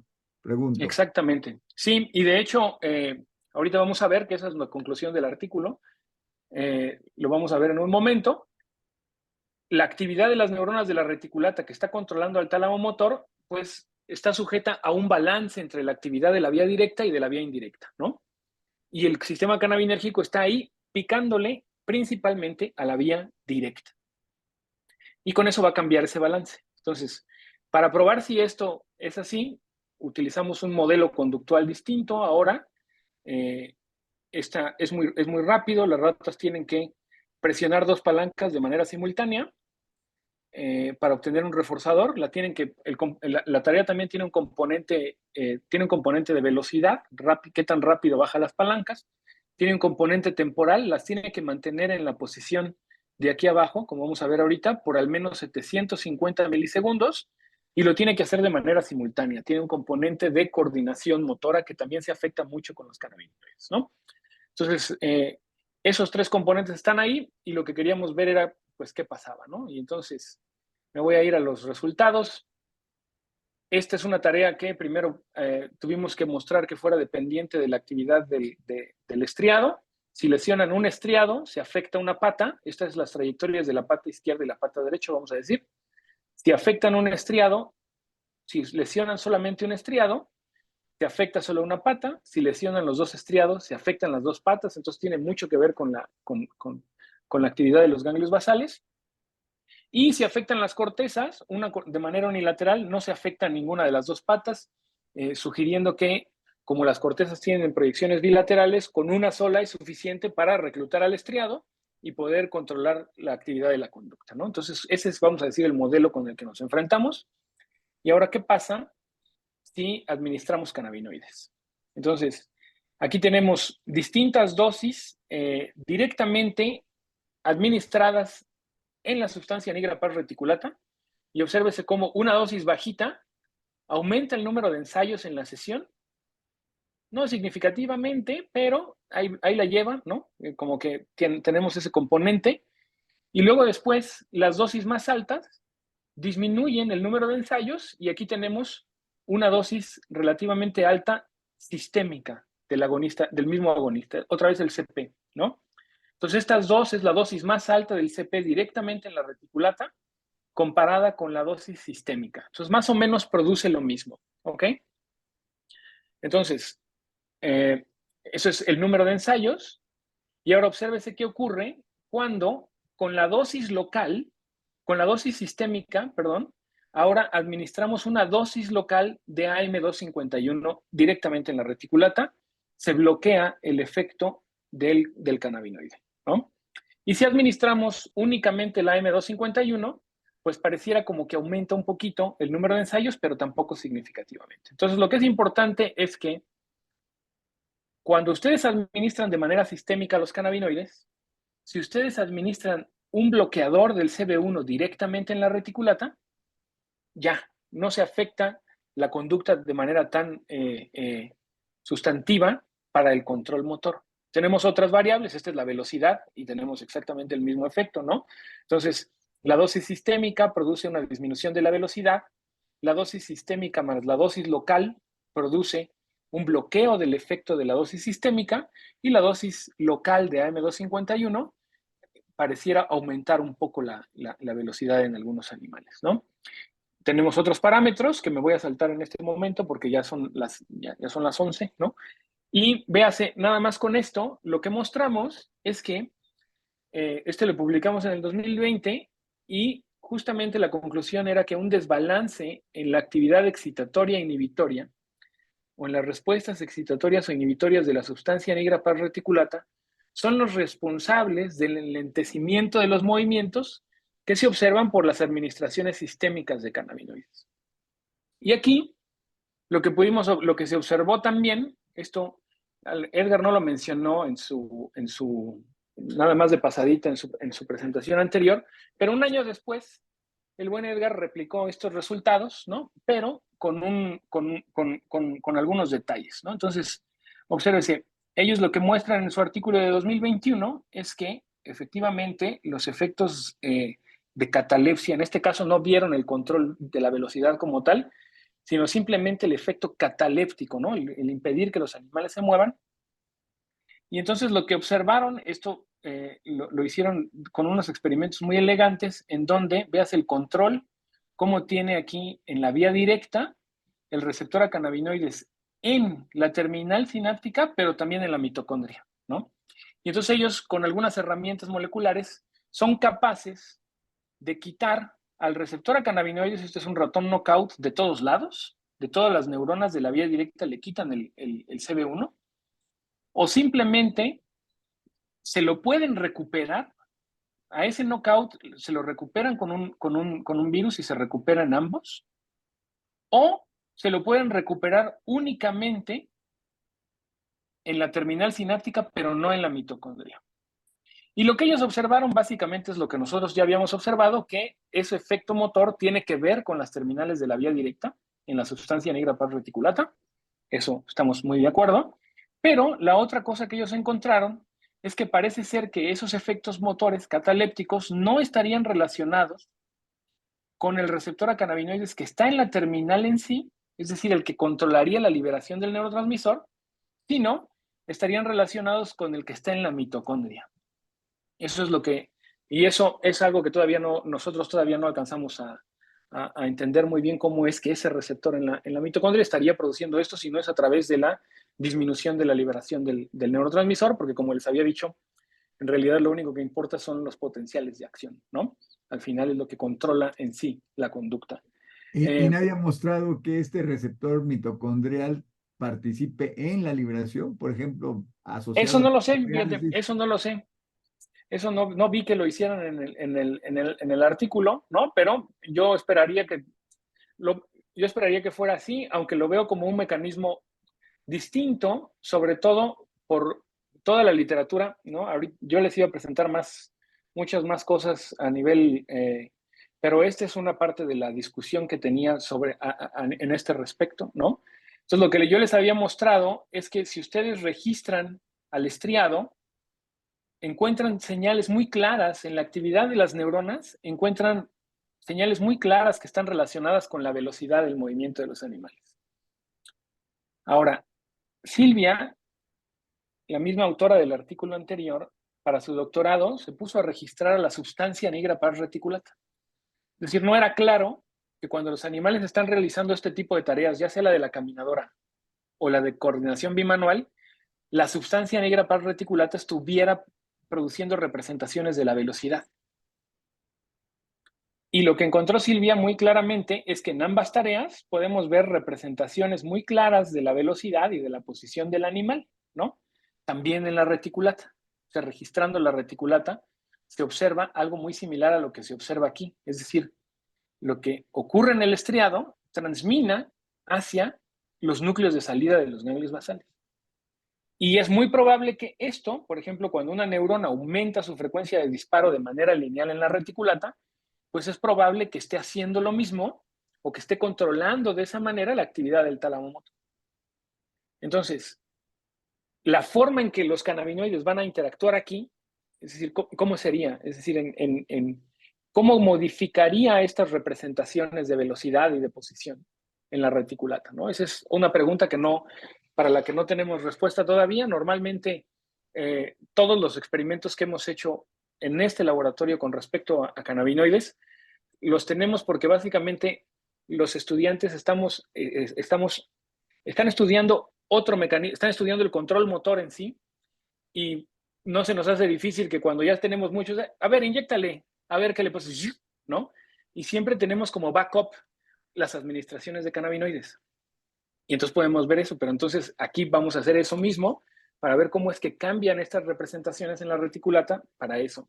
Y cómo es que eso empata con un receptor a cannabinoides en la terminal sináptica o en la mitocondria, no lo sabemos, ¿no? Entonces, esa es la siguiente pregunta que quizás en algún momento podamos responder, ¿no? Entonces, creo que hasta aquí o sea, me iba a seguir, nos fuimos con el globo pálido, ¿no? Y lo único que les voy a resumir de esto es que el globo pálido, cuando se hacen las mismas administraciones que hicimos directamente en el globo pálido, no afectan la velocidad, pero sí Pues en el afectan muy mismo modelo, bonito. ¿verdad, Pavel? En el En el mismo mismo modelo. modelo de la caminadora, ahora no sé, nosotros estábamos viendo, ok, si se supone que es muy específico para la reticulata, entonces, ¿qué pasa si lo administramos en el globo pálido, que es el segundo núcleo con un montón de cannabinoides en los ganglios basales? Y lo que observamos ahí es que a dosis muy bajas sí se afecta la velocidad, pero a las mismas dosis altas, el globo pálido no afecta la velocidad. Y lo que sí parece afectar es un poco el timing de la ejecución, ¿no? Entonces, no sabemos exactamente todavía, estamos haciendo, Mario, que es otro de mis estudiantes, está tratando de encontrar sentido a estos resultados. Algo que nos pareció muy interesante es esto, que a dosis muy bajas sí parece afectar la velocidad y a dosis altas, que son en las que se afecta la reticulata y se afecta la velocidad, el globo pálido ya no afecta el control de la velocidad, ¿no? Entonces algo cambia en la interacción de esos circuitos que no nos parece tan sorprendente, es interesante, pero no nos parece tan sorprendente si nos regresamos a la diapositiva clásica de Sañudo Peña. Ay, miren cómo me regreso. Una más. Si nos regresamos a esta, véanse cómo la administración sistémica de cannabinoides primero produce una disminución de la velocidad, una disminución de la... En este caso son actividad le ponen, ¿no? Y es que el animalito se levante sobre sus patas traseras, ¿no? Es esta conducta de rearing que le llaman, ¿no? Y que hace así, ¿no? Entonces, si le ponen una dosis bajita del THC, se disminuye, luego ya no le hace nada, y luego después aumenta y luego vuelve a disminuir, ¿no? Entonces, encontrar eso en este circuito, ¿no? Eso es lo que estamos tratando, o bueno, es una de las partes que estamos tratando de encontrar en el grupo. Me voy a saltar la parte de la transmisión sináptica, ¿no? Porque explicaba un poco la interacción que hay en el balance y desbalance de la vía directa e indirecta. Cuando hice en mi postdoc con el doctor Vargas, estudiamos justamente eso. Y me voy a saltar una parte que tiene que ver con más allá de los ganglios basales, en donde mi alumna Perla está registrando el tálamo motor, que no tiene receptor a cannabinoides, pero lo importante es saber si el tálamo motor, ¿no? En todo este circuito, se va a ver afectado por todo esto que sí se ve claramente afectado en los ganglios basales, ¿no? El tálamo motor no tiene receptor, pero definitivamente se tendría que ver afectado, ¿no? Y me voy a ir a las conclusiones nada más para pasar a preguntas, si así tienen. Y es que la primera conclusión es que con los protocolos conductuales adecuados es posible estudiar efectos motores independientemente de los efectos cognitivos de las administraciones sistémicas de agonistas cannabinérgicos. Y luego que la siguiente parte corresponde a lo que les mostré, que es esa activación del CB1 en distintos relevos, produce efectos cognitivos y motores independientes. Si se administra en la reticulata, es muy claro que las diferentes dosis, y eso es lo que es muy interesante, las diferentes dosis que nosotros metimos en la reticulata no producen este efecto de U invertida ni nada, es lineal, es decir, entre más pones, más se cae el animal. Pero cuando lo pones en el globo pálido, sí produjo eso, ¿no? Primero produjo una disminución del movimiento y después ya no produjo disminución del movimiento y ya no seguimos otras dosis. Lo que sí hicimos es que en algún momento Mario puso un inhibidor completo de la actividad del globo pálido, que se llama mucimol, ¿no? un agonista GABAérgico, y si le pones mucimol al globo pálido externo, el animal cae completamente rendido, o sea, no se puede mover, completamente catatónico. Entonces no sabemos si con unas dosis mayores del agonista podamos obtener algo así, o ya es un efecto muy inespecífico, pero lo que sí vimos es que en la reticulata es un efecto lineal, básicamente dosis dependiente, en el globo pálido no lo es, y los efectos en la velocidad provocados por estas administraciones sistémicas parecen estar relacionados al desbalance en la integración de la vía directa e indirecta en la sustancia negra pars reticulata. Es decir, no es que los cannabinoides estén controlando la velocidad, ¿no? Son simplemente un elemento estructural. Para mí es como, yo me imagino, he pensado mucho en los resultados de Edgar, ¿no? Y yo me imagino qué pasaría si quitas las mitocondrias de ahí, pues ya no sirve nada, ¿no? Es lo mismo, entonces no vas a decir que la mitocondria controla la velocidad, ¿no? Sino es parte de es un elemento estructural, de ahí en donde si tú mueves ¿no? Disminuyes la liberación del neurotransmisor y eso desbalancea la actividad de la sustancia negra reticulata, lo cual produce un enlentecimiento de los movimientos.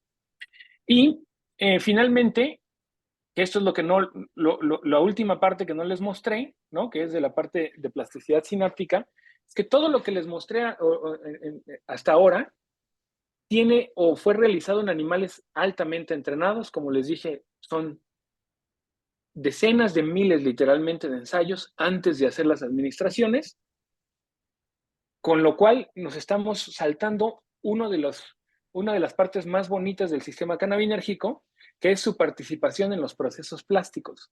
Porque estructuralmente sí sabemos que, por ejemplo, en la proyección córtico-estriatal, si no tienes receptor a cannabinoides, no hay LTD, simplemente. O si no liberas endocannabinoides, no hay LTD.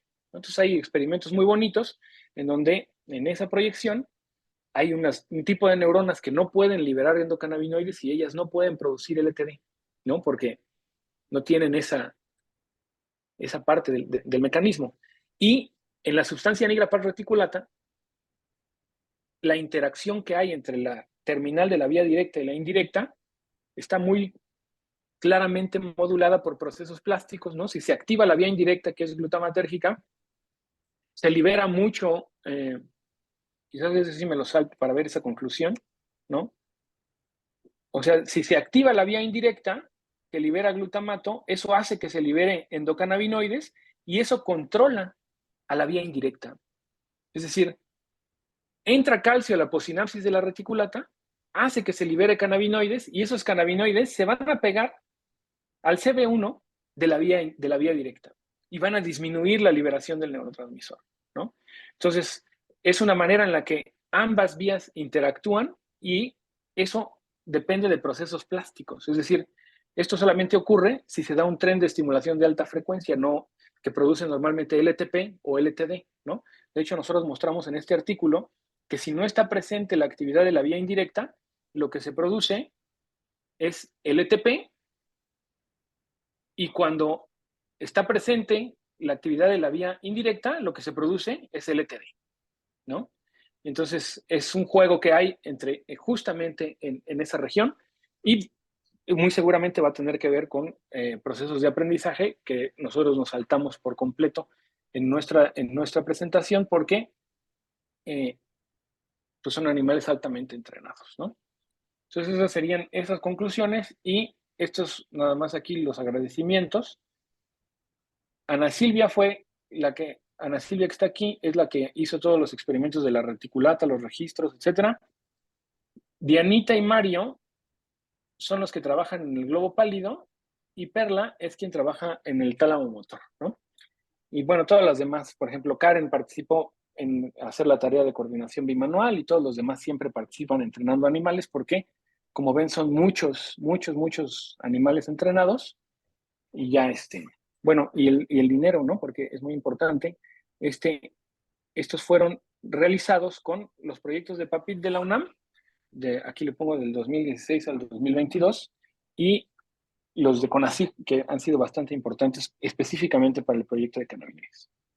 Y ya con eso, si tienen dudas. Muy bien, Pavel, muchísimas gracias, fantástico. Yo voy a empezar porque si no el tiempo nos come y yo ya no voy a hacer las preguntas. Le dejo de compartir para Sí, vernos todos, sí. sería Órale. fantástico. Oye, dos cosas. Una que admito que es absolutamente tonta, pero que ojalá y hagas un comentario. Y es, ¿cómo es posible que una administración de un cannabinoide interfiera con un proceso que ya se generó, probablemente ya hasta generó nuevas sinapsis, pero que el cannabinoide interfiera con ello? ¿Sí me explico? Es Sí. decir, por ejemplo, tu palanqueo doble, ¿no? O sea, el Uh-huh, bimanual. Tiene un entrenamiento tremendísimo. Muy probablemente haya nuevos brotes de botones sinápticos y todo eso. uh-huh. Probablemente es el endocannabinoide y ¡pum! Se interfieres con ello. Justo, o sea, creo que esa es una muy buena pregunta. No es estúpida en lo absoluto, no hay preguntas estúpidas.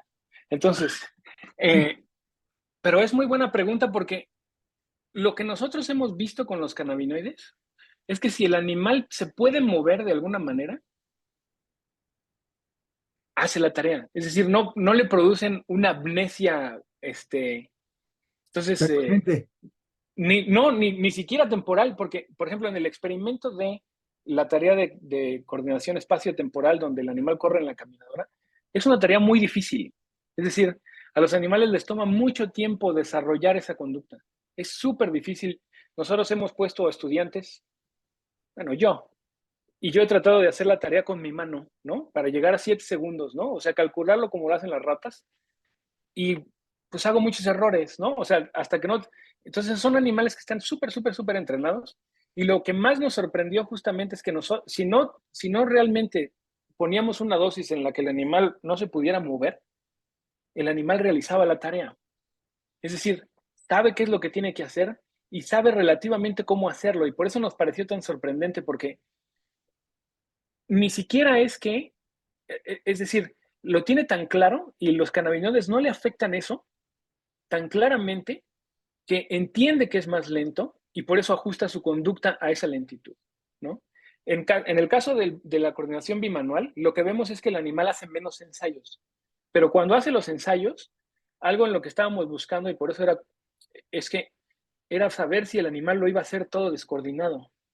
y nunca perdió la coordinación. Es decir, la única manera de que perdiera la coordinación era si por alguna razón, erráticamente, en lugar de inyectar una reticulata, en lugar de inyectar las dos reticulatas, ¿eh? Ya no me parece, sí.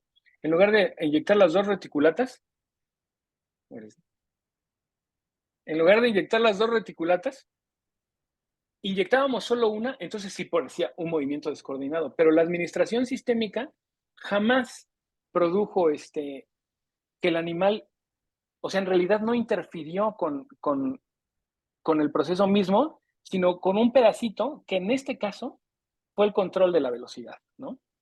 Que en este caso fue el control de la velocidad. Uh-huh. A ver, la estudiante Mónica Joana, que aquí la puedes ver, Sí, ella, ella ha estado explorando la expresión del CB1 en varias partes del cerebro y yo por primera vez vi así en los cortes hechos aquí en el laboratorio y desarrollados en este, cómo la sustancia negra está, pero plagadísima de receptor. ¿Eh? uh-huh. La pregunta que te tengo es si en un animal naif para la tarea versus un animal que ya se entrenó y la hace eficientemente, si pudiera haber una diferenciación en la expresión del receptor. Ah, no lo sé. O sea, yo creo que sí. O sea, lo que sí sabemos, como decía, una de las cosas donde más participa el sistema cannabinérgico, que esos fueron los datos con los que empecé yo a estudiar esto en tu laboratorio, Oscar, es que son muy importantes. O sea, la activación de parece ser importante para las fases tempranas, digamos, o sea, en fases tempranas ayuda mucho a procesos plásticos. Es decir, es capaz de llevar a una sinapsis de LTP a LTD, ¿no? O sea, cambia diametralmente, puede cambiar diametralmente la calidad, vamos a decir, de esa conexión, ¿no? Pues le das un estímulo y libera mucho neurotransmisor o libera poco y eso depende, por ejemplo, en la reticulata, depende del sistema, de que esté activo el sistema cannabinérgico o no. Mm. Esos procesos plásticos probablemente vayan a interferir con la expresión misma del receptor a cannabinoides. Entonces, no me parecería, no me parecería Sorprendente. sorprendente que hubiera diferencias, ¿no? Uh -huh. Lo que no sé es que Demostrarlo. justamente esa es una región que tiene una cantidad enorme, entonces no sé qué tanto Si es se tantito ahí, notaría ¿no? con las técnicas. Exactamente, si las técnicas tienen la resolución suficiente, como, o sea, una técnica normal como un Western o una western o algo así, yo inflorescencia no sé si eso daría para poder ver una diferencia en un lugar que tiene una expresión, vamos a tan decir, amplia. basal tan alta. Uh-huh. Sí, Bueno, mi última, porque ya Mónica ya dice, ya cállate, Oscar, ya pero levantó la mano. la última es, ¿esto cómo lo llevas al efecto del paciente que nos mostraste? Ah, pues no sabemos, porque sí, justamente, porque lo que estamos ahorita, hasta no tenemos ni idea, ¿no? Porque a mí lo que me parece todavía sorprendente es que no les funciona a todos. O sea, parece ser que a la mayoría no les funciona, ¿no? Mm, Eso es lo que parece. Lo que es muy claro, y bueno, también sorprendente tampoco no es tampoco porque, como les estaba diciendo antes de que empezara la transmisión, cuando hablas con un clínico, ¿no? Algunos, o sea, están ensayando lugares en los circuitos de los ganglios basales en donde hacer una estimulación para quitar temblor, para quitar rigidez. O sea, no, la estimulación no quita todos los síntomas, quita algunos. Y depende de dónde se estimule. Y la decisión que toman muchas veces es en función de lo que le parece al paciente, que es lo que más le molesta, ¿no? Entonces, habrá pacientes que les moleste más una cosa que otra, y entonces dicen, no, a mí lo que quiero que me quite es el temblor y a mí lo que quiero que me quite es la rigidez, o no lo sé. Entonces, eh, en ese sentido, pues también parece como que el curso de la enfermedad no es el mismo en todos, ¿no? Y quizás los mecanismos también pues serán muy, muy distintos. Entonces, todavía falta un montón para saber, o sea, y lo que yo creo es que no va a poder ser con una administración, o sea, no puede ser una administración sistémica, ¿no? Me da más como, por ejemplo, las técnicas que utilizan en el laboratorio en donde estaba Edgar y que Edgar está utilizando también ahora, en donde pueden quitar o editar alguna proyección para que exprese el receptor en tal o cual lugar, creo que eso pudiera quizás ser más útil en algún momento, pero primero tendríamos que entender exactamente dónde está participando para qué tipo de cosas, ¿no? Porque la amplitud de los movimientos también tienen la amplitud de los movimientos está afectada, etc. Hay distintas cosas que se afectan y estamos lejos pues de saber en dónde. En el caso de este paciente era clarísimo, ¿no? Que simplemente se relajaba, ¿no? Y eso yo me imagino que debe ser muy difícil tener la rigidez todo el tiempo, a lo mejor hasta se cansan, yo creo, y con eso puede Bueno, relajarlo. dejamos la palabra a Mónica porque Ujú.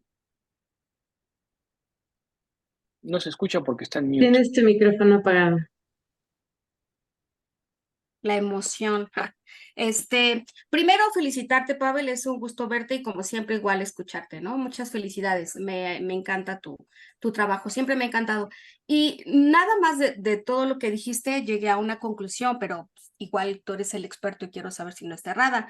Y es que en estos modelos que nos mostraste está disecado, voy a decir así yo, disecado claramente el efecto que solamente afecta para el tipo de memoria no declarativa a los cannabinoides, y en el resultado que presentaste acá con lo de Barnes, se queda claro que afecta a la memoria declarativa, pero la implícita ahí se queda intacta, ¿no?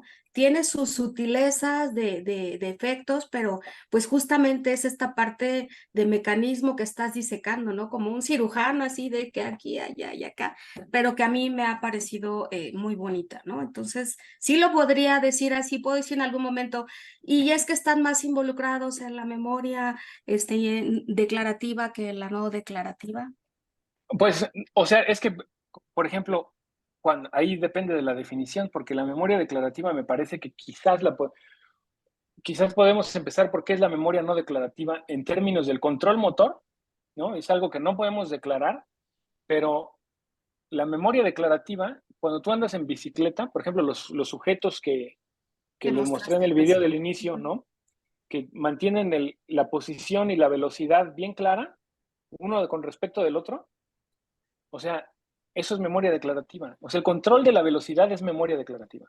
Oh, wow. O sea, saberlo hacer, o sea, siempre lo ponemos así, ¿no? Dividimos el saber qué hacer del saber cómo hacerlo, y quizás esa es una forma muy sencilla de entender. Declarativa es saber qué hacer, no declarativa es saber cómo hacerlo. Y en el saber cómo hacerlo está la amplitud de los movimientos, la velocidad de los movimientos y la parte secuencial de los movimientos, ¿no? Entonces, todo eso está implicado en la memoria no declarativa. Entonces, la parte secuencial no parece verse afectada en este caso, pero la parte del control de la velocidad sí. Entonces, una parte de la memoria no declarativa estaría claramente afectada por una administración aguda de cannabinoides. Sí. Y, por ejemplo, en términos de la memoria declarativa, yo creo que es algo relativamente similar. O sea, una persona que toma cannabinoides por motivos recreativos, no se le olvida quién es ni qué hizo. O sea, se le olvida la creación de un nuevo recuerdo. O sea, no puede crear nuevos recuerdos porque tiene el efecto amnésico anterógrado, que eso sí es muy... Pero tampoco, pero no se le olvida nada de lo que, o sea, la memoria declarativa, en ese caso, la anterior, lo que estaba antes, no se afecta con cannabinoides. Es decir, uno puede estar pacheco, ¿no? Yo no sé porque nunca lo he estado, pero las personas pueden estar así y pues no dicen, ay, ¿quién soy? Ni se olvidan de ti, ni nada de eso, interactúan contigo, ¿no? No más que lentamente. Sí, sí, muy bien. Es bonito lo que acabas de decir porque es anterógrada, entonces no retrógrada. No es retrógrada, también para la no declarativa, o sea, parece como que es el mismo mecanismo en ambos sistemas de memoria. Claro. Bueno, vamos viendo si alguien más. Gracias, Pavel. ¿Quieres comentar De algo más? nada. ¿Alguien quisiera participar? Por favor. Ya no hay preguntas, los veo, ¿no? Allá Sí, veo a Aline. cómo no, ahí está Aline. Muchas Adelante, gracias por la plática, doctor.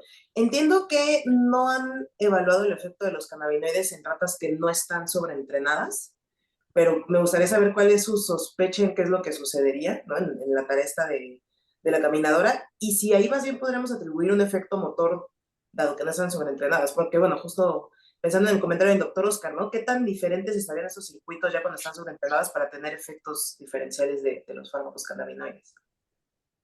Yo creo que en las no entrenadas, o sea, por lo menos el componente, o sea, lo que yo creo es que mi hipótesis es que va a ser muy difícil que un animal aprenda esta secuencia si está bajo los efectos de cannabinoides. Por todo lo que ya sabemos de la literatura previa, porque sabemos que eh, interfiere con procesos plásticos, es decir, ahí produciría mucho LTD en la sinapsis córtico-striatal, es decir, mi hipótesis es que le sería difícil aprender, pero lo que sería igual, creo que es el control de la, o sea, creo que los animales serían, bueno, eso sí lo sabemos, ¿no? Si se vuelven lentos, aunque sea la primera vez que se los inyectes, ¿no?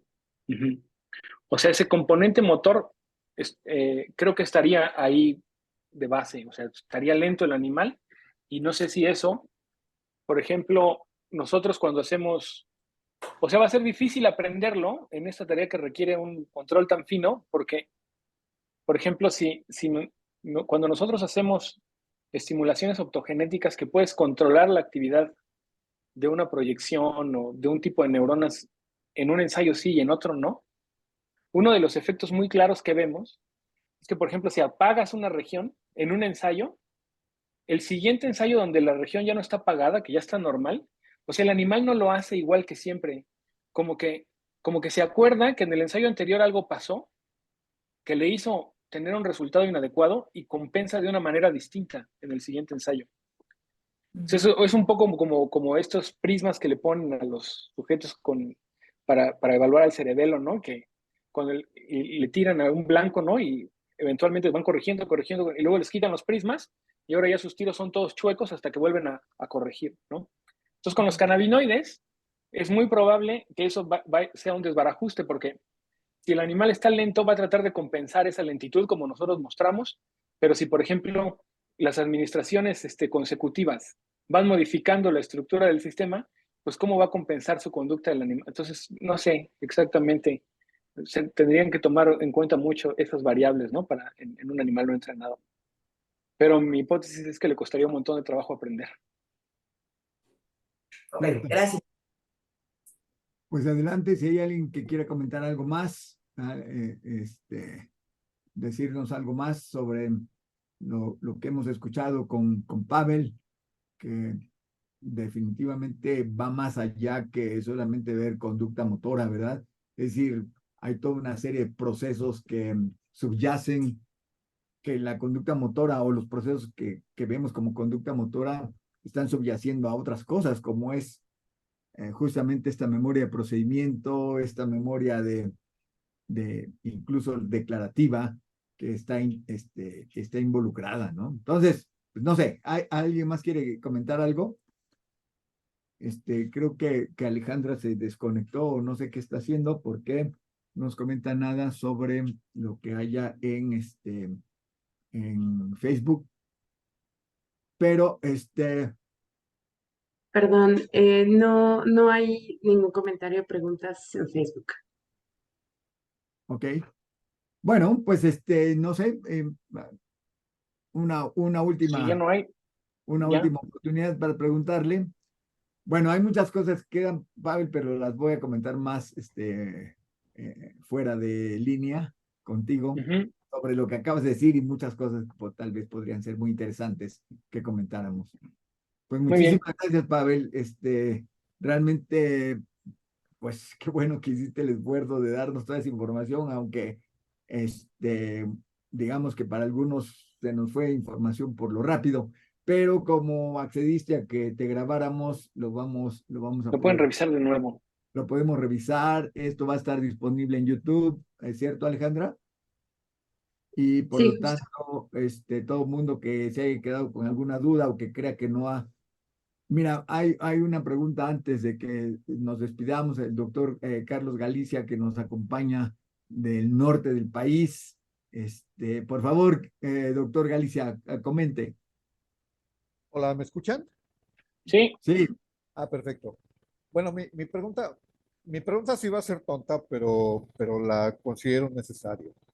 Por lo siguiente, porque ah, estuve escuchando, por supuesto, con mucha atención y muy sorprendido toda esta información que el doctor Pavel nos presenta. Y mi pregunta es la siguiente, hacia el espectro conductual.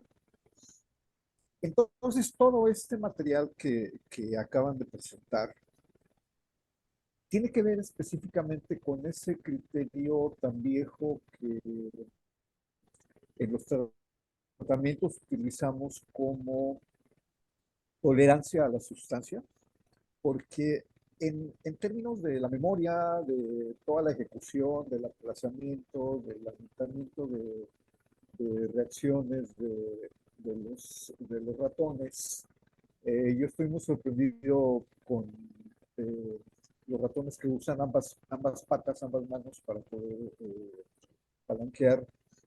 En el plano de los consumidores de drogas, pues la realidad es que pasa algo muy parecido en la realidad, en el plano real. Se alentan, pero no pierden habilidades.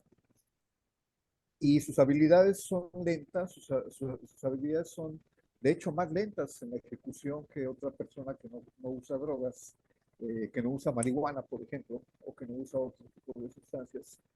Pero en cuestión de aspectos cognitivos tampoco pierden información. Y les cuesta más trabajo reunir información, aprender, pero sí la aprenden y sí la retienen. Y entonces estos elementos que acaba de explicar, yo estaba, créanlo, realmente sorprendido porque estaba pensando, bueno, esa es una demostración muy concreta de qué es lo que pasa al interior del cuerpo de quien usa sustancias en forma recreativa, los pachecos, bien decía el doctor. Es así, se crea ese espectro de lentitud con memoria muy específica, no se pierde la memoria y no se pierden habilidades.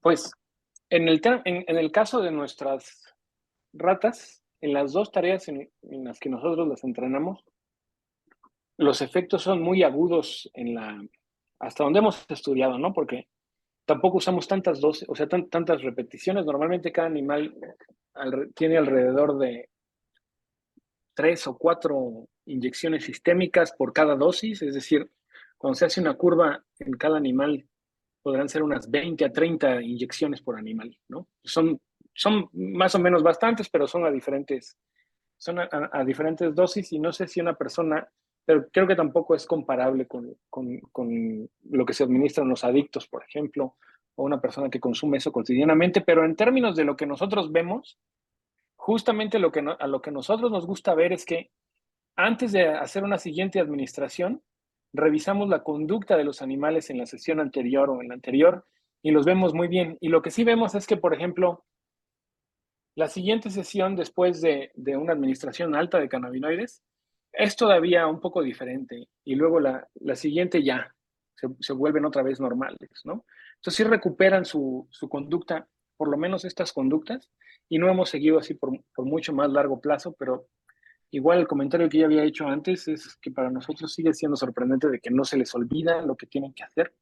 Y en muchas ocasiones, o sea, ni siquiera es que no quieran hacerlo, ¿no? O sea, lo siguen haciendo, pero simplemente lo hacen con una calidad motora muy distinta.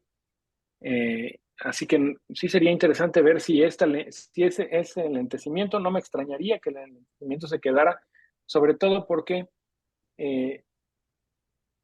hay dos cosas, o sea, afecta los mecanismos de plasticidad sináptica de largo plazo, lo cual podría generar eso, quizás a largo plazo, pero no lo hemos estudiado. Y lo otro es que lo que mencionaba de la tolerancia, un efecto que sí nos parece muy interesante, Sí. es que la primer dosis que usamos, ¿no?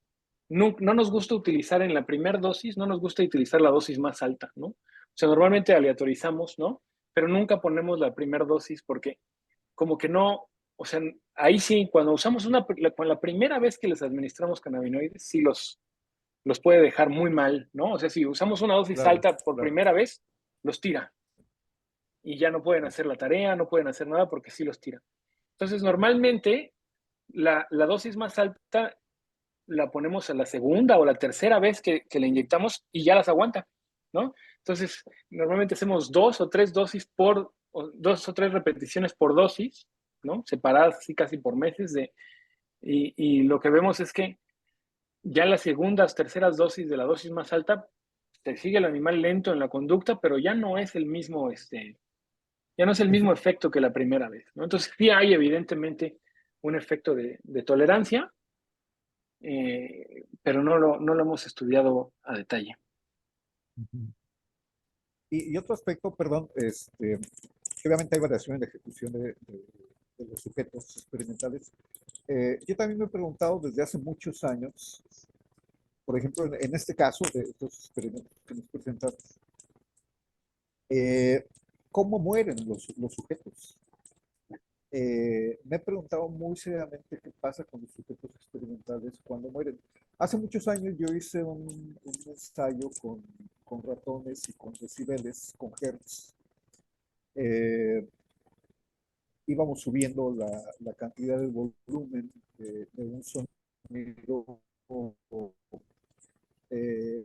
muy agudo y prácticamente, pues siento decirlo, pero matamos a una gran población de ratones con los que trabajamos, pero no murieron al momento de estar estableciendo el experimento, murieron tiempo después.